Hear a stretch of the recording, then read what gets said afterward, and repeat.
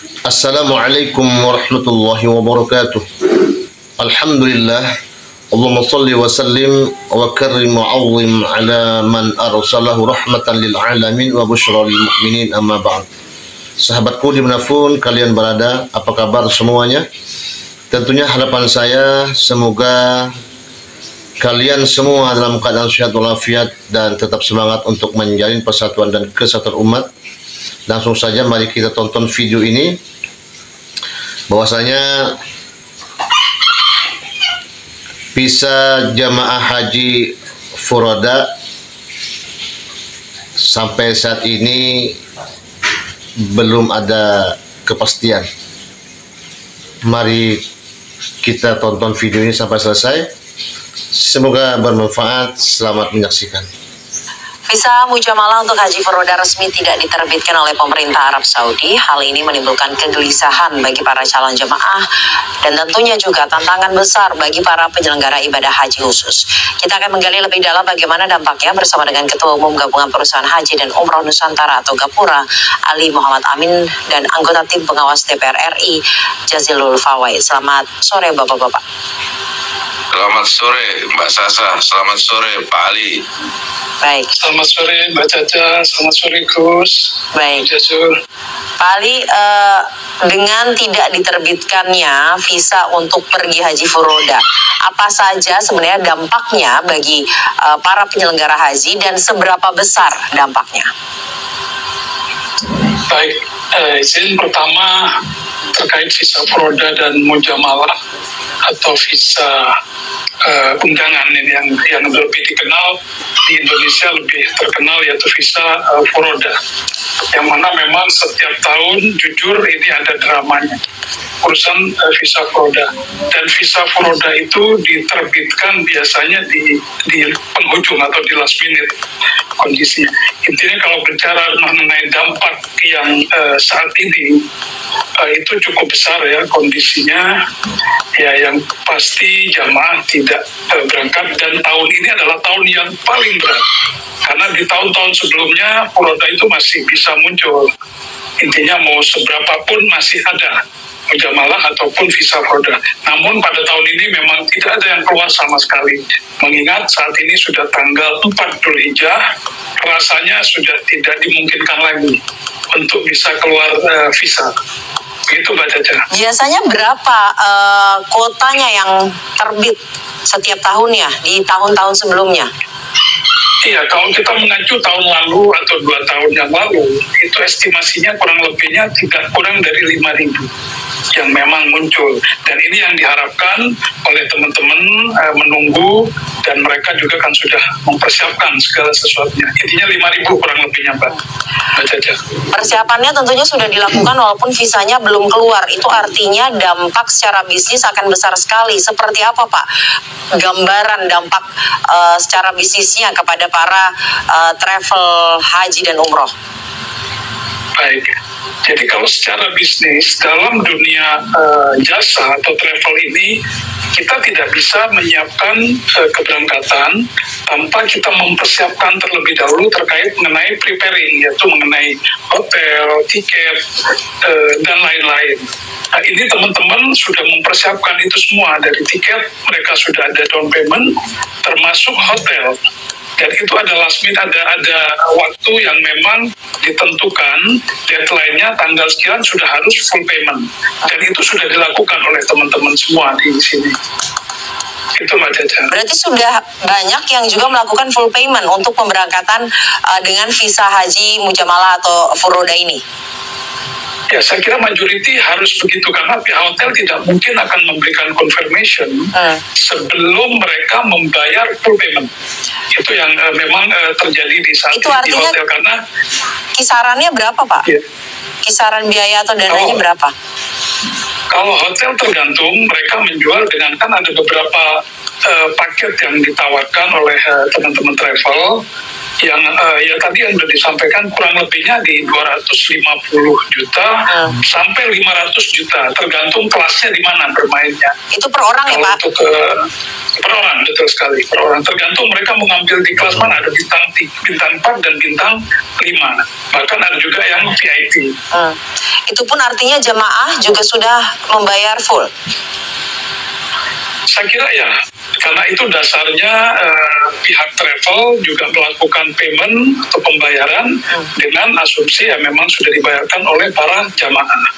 Baik, Gus Jas, melihat hal ini seperti apa? Karena kalau kita berbicara mengingat tahun lalu 5.000 visa, disiapkan 5.000 visa oleh travel agent dengan harga satu orang perjalanannya 250 juta hingga 500 juta rupiah. Dampaknya akan besar sekali. Bagaimana melihat hal ini, Gus? Tentu kami juga prihatin, Pak Ali, kepada teman-teman penyelenggara sekaligus warga yang sudah mendaftar untuk berangkat dengan visa furoda. Dan memang biasanya kerajaan Arab Saudi disampaikan oleh Pak Ali tadi itu memang memberikan di limit-limit akhir. Jadi visa furoda ini adalah visa khusus. Cuman setelah kami turun di Arab Saudi ini, kelihatannya kerajaan Arab Saudi sedang melakukan semacam reformasi pelayanan begitu, sehingga ada pengetatan. Nah, saya berharap setelah tahun ini ketentuan visa furoda supaya tidak terjadi spekulasi itu memang dimasukkan di dalam aturan oleh negara. Jadi biar tidak menjadi hanya urusannya pemerintahan Arab Saudi. Karena apa? Yang mengalami kerugian ini kan warga Indonesia seperti Pak Ali, seperti yang mau berangkat begitu. Nah, sementara kita bergantung pada full kebijakan yang dikeluarkan oleh pemerintahan Arab Saudi yang sampai hari ini tidak keluar. Yang sampai hari ini visa khusus ini yang ditunggu-tunggu, yang seperti tahun-tahun biasanya belum keluar. Seberapa kuat misalkan diplomasi dari Kementerian Agama, kelihatannya Pak Ali agak berat karena ada keinginan dari kerajaan Arab Saudi yang saya lihat sejak dari bandara itu mereformasi pelayanan gitu. Reformasi seperti apa, Gus? Begini, kemudahan di dalam ya istilahnya pelayanannya mulai senyum, terus antrian dan lain-lain mulai tertib, begitulah Mbak Sasa. Jadi ini lebih modern begitu. Nah, oleh sebab itu menurut saya visa furoda ini harus dimodernisir sehingga tidak terjadi spekulasi yang semuanya dirugikan, utamanya ya teman travel dan warga yang sudah mendaftar dengan biaya yang cukup tinggi. Misalkan visa furoda dibuat aja ukuran persisnya oleh pemerintahan Arab Saudi bersama pemerintahan Indonesia. Toh yang berangkat itu warga Indonesia, dan warga Indonesia harus dilindungi juga dari kerugian, termasuk juga Pak Ali. Kalau sekarang ini kan pasti travel akan bujuk, ya akan terkena beban yang menurut saya itu tidak kecil. Karena apa? Karena ini khusus, furoda ini khusus. Jadi orang-orang yang memang dalam tanda kutip ya punya uang, punya biaya untuk berangkat, namun tidak bisa lewat jalur reguler. Jadi menurut saya ke depan dan setelah ini, setelah pengawasan hari ini, menurut saya pemerintah Indonesia harus melakukan diplomasi dengan kerajaan Arab Saudi agar visa furoda ini visa yang jelas. Berapa kuotanya?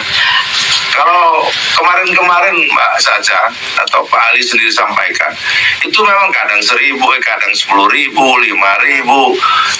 Itu tidak ada ukuran khusus, dan terus terang teman-teman yang ada di travel itu berupaya juga tidak hanya melalui jalur pemerintah, melalui jalur di luar pemerintahan. Teman-teman travel itu juga melakukan lobby-lobby. Nah, hari ini ditutup. Saya tidak tahu persis apa yang menjadi alasan jelas dari pemerintahan atau kerajaan Arab Saudi. Cuma dugaan saya memang sedang ada perbaikan sistem gitu saja. Saya tidak tahu persisnya ya. Gus Jas, kalau misalkan aturan mengenai haji furoda ini dimasukkan secara resmi setidaknya oleh pemerintah Indonesia dan mencoba diplomasi ke pemerintah Arab. Namun kan visa haji furoda maupun mujamalah ini hak prerogatif pemerintah Arab, bahkan bukan pemerintahnya namun kerajaannya. Bagaimana kemudian mekanismenya, karena ini benar-benar hak prerogatif, berarti mekanismenya akan berubah atau seperti apa, Gus? Mengenai bagaimana nanti kalau misalkan pemerintah Indonesia melobi pemerintah Arab Saudi, karena tadi juga Kementerian Agama, Menteri Agama bahkan menyatakan itu bukan urusannya Kementerian Agama, semuanya adalah hak prerogatif dari pemerintah Arab Saudi, bahkan kerajaan Arab Saudi, Gus Jas. Ya, undang-undangnya memang menyatakan itu kewenangan dari pemerintahan Arab Saudi dan di luar kewenangan pemerintahan Indonesia. Oleh sebab itu, karena kita mengatur warga Indonesia, alangkah baiknya ini juga dimasukkan dalam kewenangan warga Indonesia. Supaya apa? Supaya menjamin kepastian yang berangkat. Supaya menjamin berapa warga kita yang berangkat di luar visa reguler gitu. Dan juga teman-teman travel bisa menyiapkan lebih jelas sehingga tidak muncul kerugian baik kepada travel maupun kepada keluarga yang mau berangkat yang sudah mempersiapkan diri jauh-jauh hari. Nah, menurut saya melihat dari perubahan pelayanan yang ada di Arab Saudi, kok saya yakin gitu pemerintah Arab Saudi akan memberikan persetujuan gitu secara legal terhadap visa-visa khusus yang nanti akan dikeluarkan oleh kerajaan Arab Saudi untuk warga Indonesia. Nah, kalau ternyata tahun depan persis seperti ini, menurut saya ya, tidak ada kepastian, itu juga akan terjadi kerugian yang bertumpuk-tumpuk dan akan terus terjadi ketidakpastian. Nah, oleh sebab itu penting juga peran pemerintah di situ, karena memang betul kewenangan pemerintah Arab Saudi, tapi Indonesia juga punya kedaulatan untuk melindungi warganya yang berjalan ke luar negeri, meskipun untuk ibadah haji begitu. Nah, kalau misalkan ini kan soal ini Mbak Sasa, ini soal kapasitas ketika menjalankan ibadah haji gitu. Ya. Nah, yang tahu kan Arab Saudi, yang tidak terpakai berapa, yang terpakai berapa. Nanti visa mujamalah itu atau visa furoda itu oleh pemerintah Arab Saudi juga jelas waktunya dikeluarkannya. Jadi misalkan 10 hari sebelum, jadi semuanya mempersiapkan kuotanya sekian. Kalau ini tidak jelas semua, waktunya tidak jelas, berapanya tidak jelas, termasuk biayanya tidak jelas. Itu artinya sehingga kerugiannya pun sudah bisa dihitung. Baik. Kenapa, Mbak? Itu artinya setidaknya diatur dalam peraturan atau undang-undang di Indonesia agar nantinya ada mekanisme yang jelas dan pasti bagi perlindungan warga negara Indonesia yang mau memang menggunakan visa mujamalah atau visa haji furoda ini. Furoda. Betul. Jadi itu tugas dari pemerintah Indonesia juga, meskipun memang kewenangan penuhnya. Sebenarnya reguler juga kewenangan penuh Arab Saudi, sama juga dengan furoda begitu. Cuman yang dibahas oleh pemerintah ini yang reguler, yang furoda tidak masuk di dalam undang-undang yang mengatur itu. Makanya Pak Menteri Agama tadi dia berpikir siang malam, tapi tidak punya pintu kecuali dengan pintu-pintu diplomasi yang mungkin saja lewat jalur-jalur kerajaan atau apapun di situ yang bisa. Saya pikir Pak Ali tadi pahamlah jalur-jalur itu, karena pemerintahan Arab Saudi juga tidak seperti pemerintahan Indonesia begitu. Pak Ali, bagaimana komentarnya jika kemudian setidaknya mungkin dalam waktu dekat tahun depan peraturan haji furoda atau mujamalah ini diatur secara resmi oleh pemerintah Indonesia? Baik, Mbak Sasa. Pertama, saya sepakat dengan Gus Jas. Intinya Gus Jas itu tadi menyampaikan ada reformasi di Arab Saudi yang luar biasa. Terus sepakat, saat ini sistem di Arab Saudi ini begitu luar biasa. Intinya sangat pesat kondisinya. Yang kedua, yang menurut kami tadi, saya ingin mengutip tadi dari Pak Menteri, Intinya beliau menyampaikan ini bukan kewenangan, memang betul bukan kewenangan, tapi yang kami harapkan di sini dari teman-teman dari travel ada pengawalan. Sebenarnya ini kan visa furoda atau mujamalah ini adalah solusi. Orang yang ingin berangkat cepat dengan tidak mengambil jatah porsi di kita. Nah itu yang paling clear dulu. Biar clear dulu, tidak mengambil porsi yang ada karena di luar porsi yang memang sudah ditetapkan 221.000. Nah, dengan kondisi yang ada tambahan mujamalah ataupun furoda 5.000 itu kembali itu membantu kita sebenarnya. Kemudian pemerintah juga bisa ikut hadir untuk diplomasi tadi. Dan ini sekarang Saudi sudah mulai banyak dengan sistem B2B, mereka mengeluarkan itu. Tapi dengan kita tidak melibatkan atau pengawalan dari pemerintah, rasanya cukup berat kondisi itu. Saya kira memang pengawalan itu penting. Saya setuju dengan Gus Jazilul tadi terkait dua hal itu. Gitu Mbak Sasa. Dengan adanya pengawalan lebih aman dan tenang. Lebih aman dan tenang. Setuju preparing dari sebelumnya, paling tidak seandainya nih, pemerintah atau kerajaan Arab Saudi memberikan 5.000 kuota furoda terhadap Indonesia. Ini yang dikelola. Tetap intinya ada pengawalan dari pemerintah dan juga dari Komisi 8. Nah, ini alhamdulillah. Namun jika setiap tahunnya ini kan baik, Pak Ali, namun kan setiap tahunnya bisa saja berkurang atau mungkin kalau bertambah mungkin akan lebih mudah ya. Tapi kalau berkurang dari 5.000 dengan pengawalan ini akan lebih mudah kah? Baik, saya kira bisa mengukur teman-teman di sini travel. Kita harus mengukur, anggap dengan asumsi 5.000. Mereka yang mendaftar berapa? Saya kira tidak ada masalah. Yang penting itu bukan seperti saat ini, tidak ada sama sekali. Karena setiap tahun yang kami sampaikan di awal, furoda ini penuh dengan drama. Pasti ada yang nggak jadi berangkat, batal berangkat, ataupun di last minute kondisinya. Nah, bagaimana di sini kondisi teman-teman bisa prepare segala sesuatunya? Saya kira itu Mbak Sasa. Itu artinya sebenarnya baik calon jemaah maupun travel sudah mengetahui konsekuensinya jika menggunakan visa mujamalah atau furoda ini. Saya kira ya, dan mungkin ini bagi kami intinya kita juga harus introspeksi kondisinya. Kami tidak boleh menyampaikan yang namanya visa furoda pasti. Kami intinya memberikan sosialisasi terhadap jamaah. Kondisi visa furoda itu seperti ini. Tidak ada sesuatu yang pasti. Kalau menggunakan mekanisme porsi, kan kita sudah tahu tahun berapa kita akan berangkat. Sudah ada verifikasi dari Kemenang dan lain-lain. Nah, itu kita bisa mengukur. Tapi furoda tidak. Nah, dengan itu kami menyampaikan kepada jamaah, kami upayakan untuk bisa berangkat di tahun sesuai dengan yang diharapkan sama para jamaah. Karena kan yang akan jadi korban jamaah nanti. Ya, baik. Kemudian bagaimana dengan nasib para jamaah yang tidak jadi berangkat pada tahun ini? Karena semuanya tidak jadi berangkat. Biasanya mekanismenya akan seperti apa? Akan dikembalikankah atau memang mereka akan berangkat di tahun berikutnya? Ya, seperti yang saya sampaikan di sebelumnya, konsekuensi pasti ada. Dan tergantung bagaimana teman-teman travel itu, kan setiap mereka yang berangkat sudah ada perjanjian di sana. Kalau tidak berangkat dengan ini, apa konsekuensinya? Itu harus dituangkan semua. Seperti saat ini memang teman-teman travel, mereka sudah membayar hotel, membayar tiket. Mungkin pemerintah atau dalam hal ini Komisi 8 bisa memberikan edaran kepada airline untuk bisa memberikan dispensasi atau bisa mengembalikan dana meskipun tidak secara penuh, setidaknya ada hal yang dikembalikan karena memang sifatnya tidak jadi berangkat. Termasuk juga hotel, mungkin dari KJRI kita bisa memberikan satu surat untuk bisa dipertimbangkan. Saya kira itu.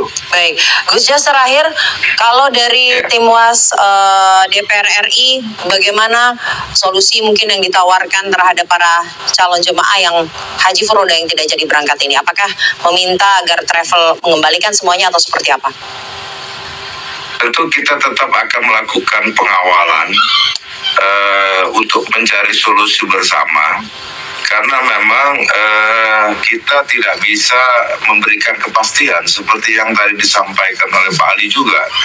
Komisi 8 pun juga tidak bisa memberikan kepastian.